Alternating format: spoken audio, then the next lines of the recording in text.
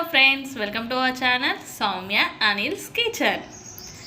ఈరోజు మనం ఎంతో హెల్దీ అయిన తోటకూర పప్పు ఎలా తయారు చేసుకోవాలో చూద్దాం.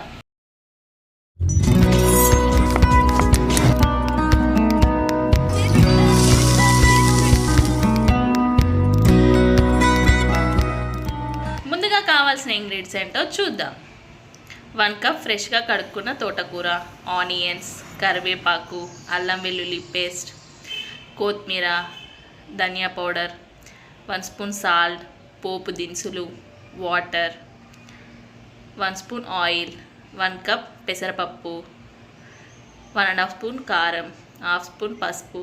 ఇప్పుడు ఎలా తయారు చేసుకోవాలో చూద్దాం. ముందుగా స్టవ్ పై బౌల్ పెట్టుకొని ఆయిల్ని యాడ్ చేసుకుందాం. ఆయిల్ హీట్ అయ్యాక పోపు దినుసుల్ని యాడ్ చేసుకుందాం. అవన్నీ మంచిగా ఫ్రై అయ్యాక కరివేపాకును యాడ్ చేసుకుందాం. అలానే ఆనియన్స్ కూడా యాడ్ చేసుకొని మంచిగా ఫ్రై చేసుకోవాలి. ఇవి బ్రౌన్ కలర్ వచ్చే వరకు ఫ్రై చేసుకుందాం. ఇవి మంచిగా ఫ్రై అవుతున్నాయి. ఇప్పుడు పసుపుని యాడ్ చేసుకుందాం. మొత్తం మంచిగా కలుపుకోవాలి. ఇప్పుడు పెసరపప్పును యాడ్ చేసుకుందాం.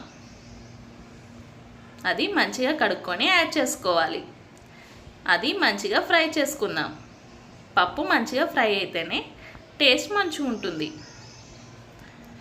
ఇప్పుడు అల్లం వెల్లుల్లి పేస్ట్ని యాడ్ చేసి పచ్చివాసన పోయే వరకు ఫ్రై చేసుకుందాం. ఇప్పుడు ఫ్రెష్గా కడుక్కున్న తోటకూరని యాడ్ చేసుకుందాం. యాడ్ చేసుకొని మొత్తం మంచిగా కలుపుకోవాలి. తోటకూర ఒకే రకంగా కాకుండా ఇలా కూడా ట్రై చేయండి. చాలా టేస్టీగా ఉంటుంది. మీ ఇంట్లో కూడా అందరికీ నచ్చుతుంది. మీరు కూడా ట్రై చేయండి. ట్రై చేసి ఎలా వచ్చిందో కామెంట్ బాక్స్లో కామెంట్ అయితే చేయండి.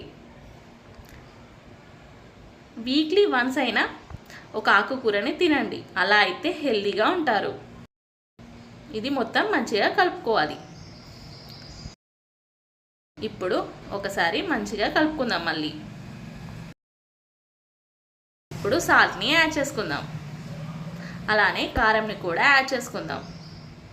ధనియా పౌడర్ని యాడ్ చేసుకొని మొత్తం ఫ్రై చేసుకోవాలి. మొత్తం కలిసేటట్టు కలుపుకోవాలి. ఇప్పుడు ఒక 2 మినిట్స్ కుక్ చేసుకుందాం. ఇలా అయితే కారం ఉప్పు మంచిగా పడుతుంది. వెంటనే వాటర్ని యాడ్ చేయడం వల్ల టేస్ట్ బాగుండదు. ఇలా చేసుకోండి. ఇప్పుడు ఒక 1 గ్లాస్ వాటర్ని యాడ్ చేసుకుందాం. ఒకసారి మొత్తం మంచిగా కలుపుకుందాం. ఇది చపాతీలోకైనా రైస్లోకైనా చాలా టేస్టీగా ఉంటుంది.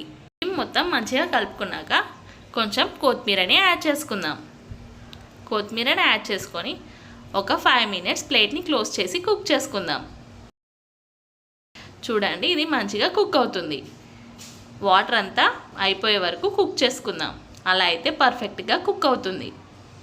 ఇంకొక 2 మినిట్స్ అయితే మంచిగా కుక్ అవుతుంది.